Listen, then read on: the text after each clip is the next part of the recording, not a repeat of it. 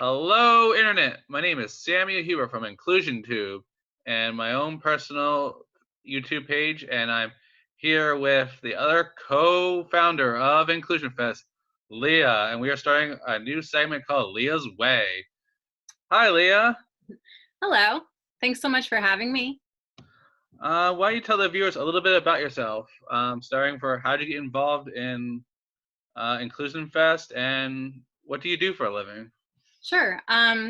Well, I am a former special education teacher. I had a classroom in an autism program in a public school for about 7 years. So that was kind of like my intro into, working with individuals with autism. I left teaching because I was pregnant with twins. So they are now almost 5.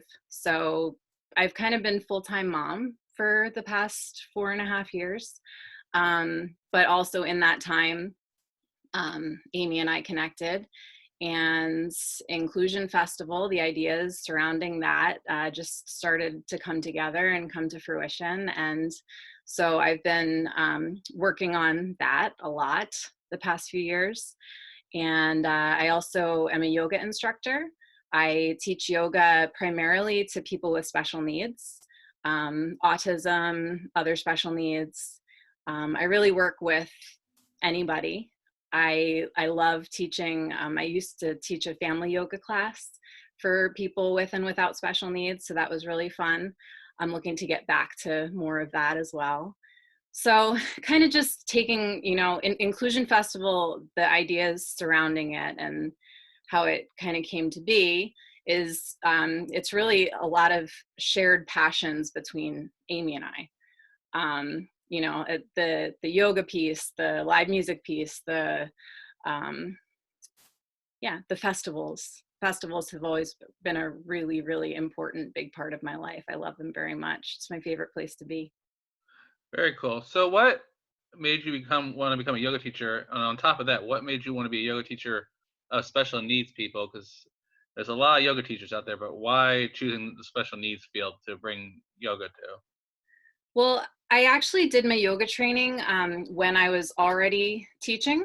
So once I, started delving into learning about how to become a yoga teacher, I was also teaching individuals with autism. So I just kind of started incorporating it into my classroom. It was really amazing, actually, some of the transitions that I saw, and just little tools and tricks that my students really just latched onto and were so wonderful for them. We did yoga every day in the classroom. So it just kind of, I had a lot of flexibility. I'm very grateful for that, because it was a self-contained classroom.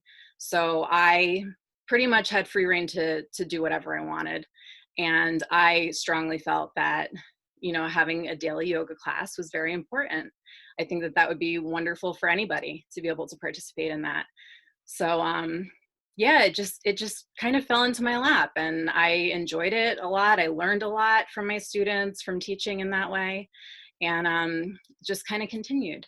And I started working individually with individuals with autism, like going into their homes and customizing a yoga class for them. And I was lucky that I had a few students that I was working with that I continued with even after I had my kids.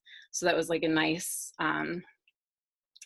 supplement. I lost my full-time job, but I was able Hey, to you're a mom. That's a continue full on with time that. job. It is. You're absolutely right.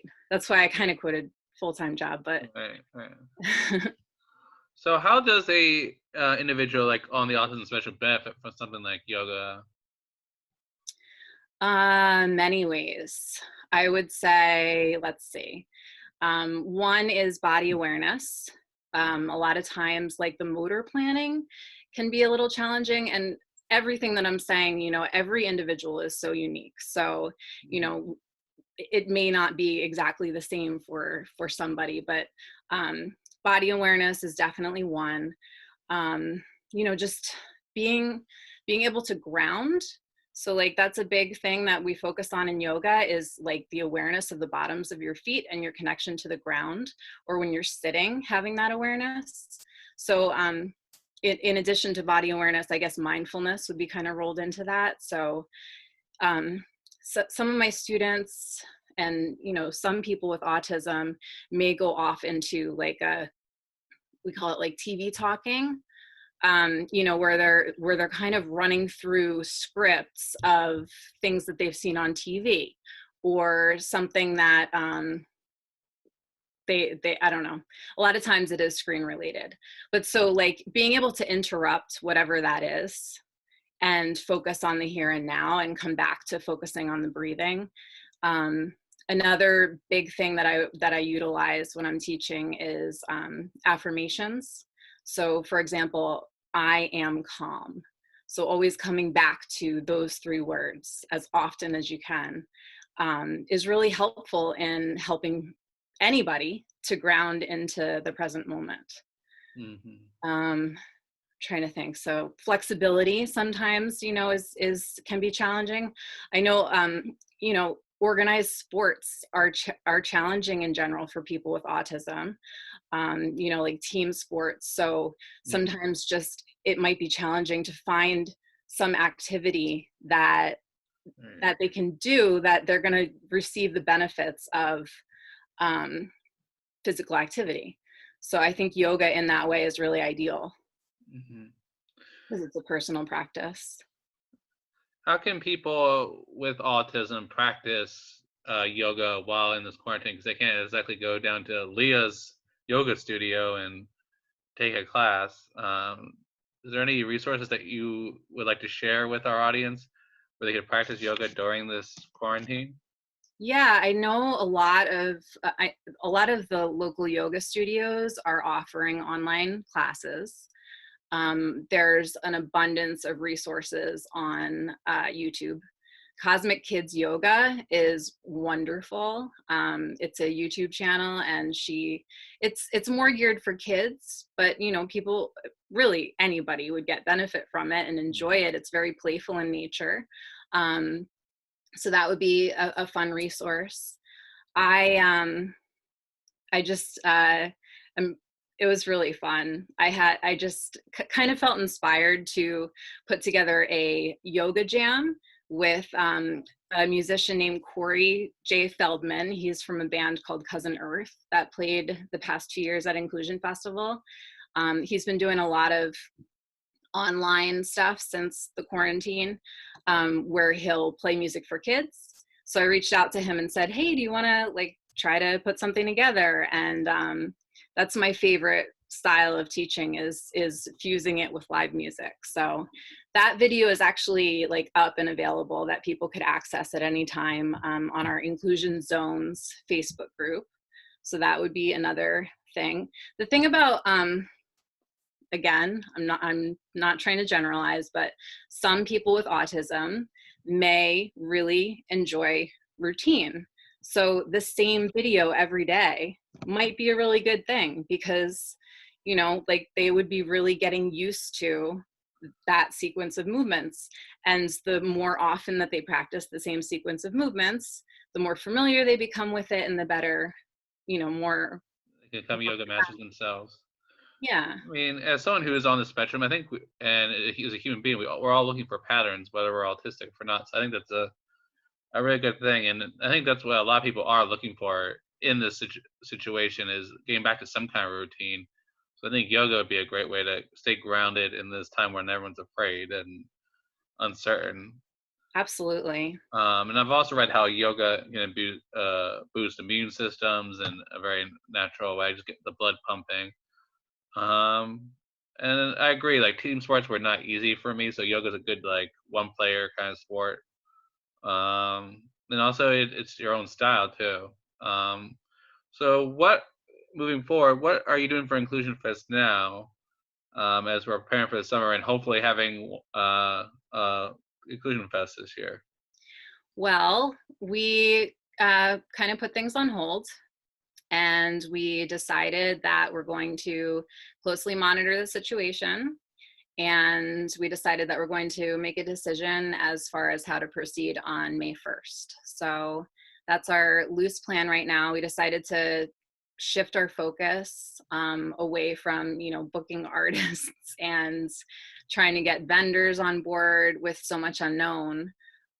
So we created this, I mentioned the Inclusion Zones Facebook group. So that was one idea that we had, that, we could now be helpful and supportive, kind of present some of the ideas that and topics and workshops that may happen at Inclusion Festival, or that have happened at Inclusion Festival, and now put it through to this online platform.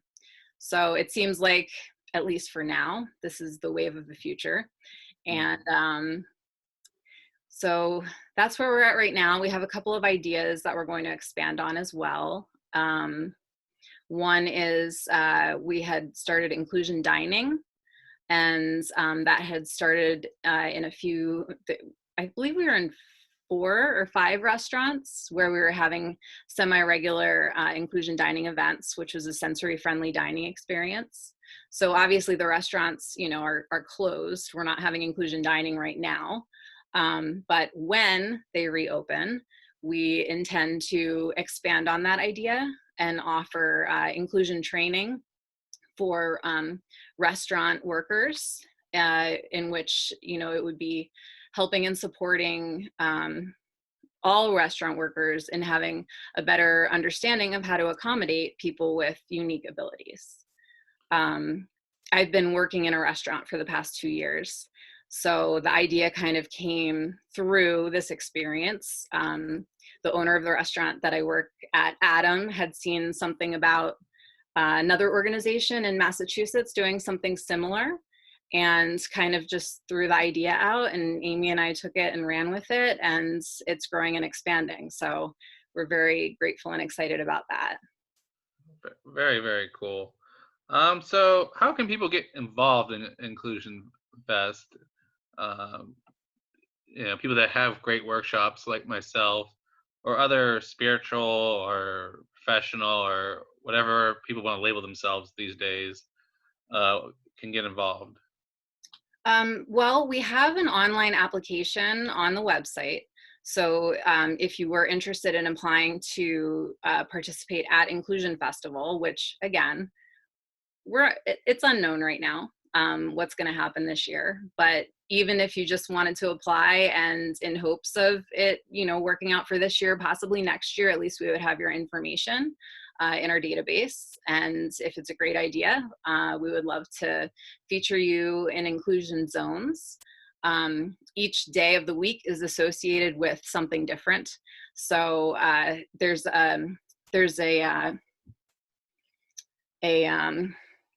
I'm sorry, I'm losing my word. You can fill out a survey if you're interested in being featured in inclusion zones. It's on the Facebook group.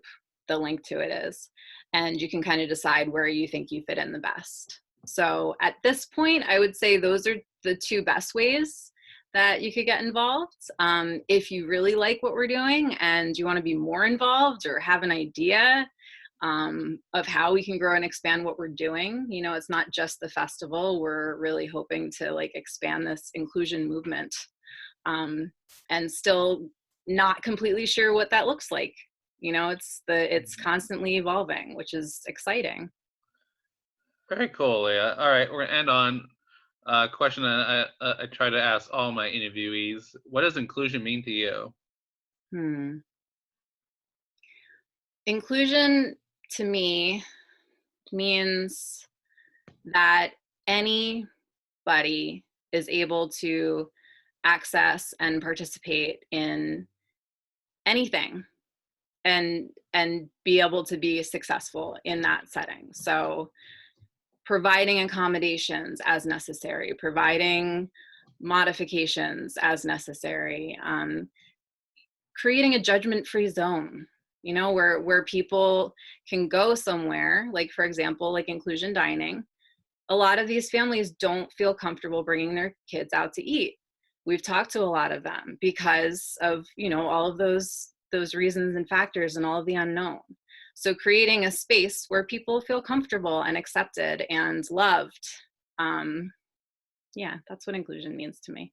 All people. It's not just people with special needs, it's everybody. Amen, especially in these crazy times. Yeah. And Um, it's one thing that I like to say is we all have special needs, right? oh, We all have definitely, some kind of special needs. definitely. They're different. Every person is so unique, and everybody should be able to be. Hmm. Yep, exactly. As the Beatles say, "Let it be." Let it be. Um, all right, this is the end of the first episode of Leah's Way. Leah, do you have anything to say to our viewers before we sign off? Hmm. I hope that everybody stays really healthy and strong. And I really truly believe that this is happening right now for a lot of positive reasons. That we're going to come through this and be stronger, and we're going to love each other more. And a lot of things are changing in a positive way, and I'm really grateful about that. So focus on the positive as best you can. It might be hard sometimes, but we're going to get through this. All right, thank you for taking your time out of your busy schedule with your twins. Mhm. You're welcome. So this is the end of Leah's Way, episode 1 ending. Leah, thank you for spending time with us. We'll see you again on the next Leah's Way. Thank you so much, Bye. Sam. Bye.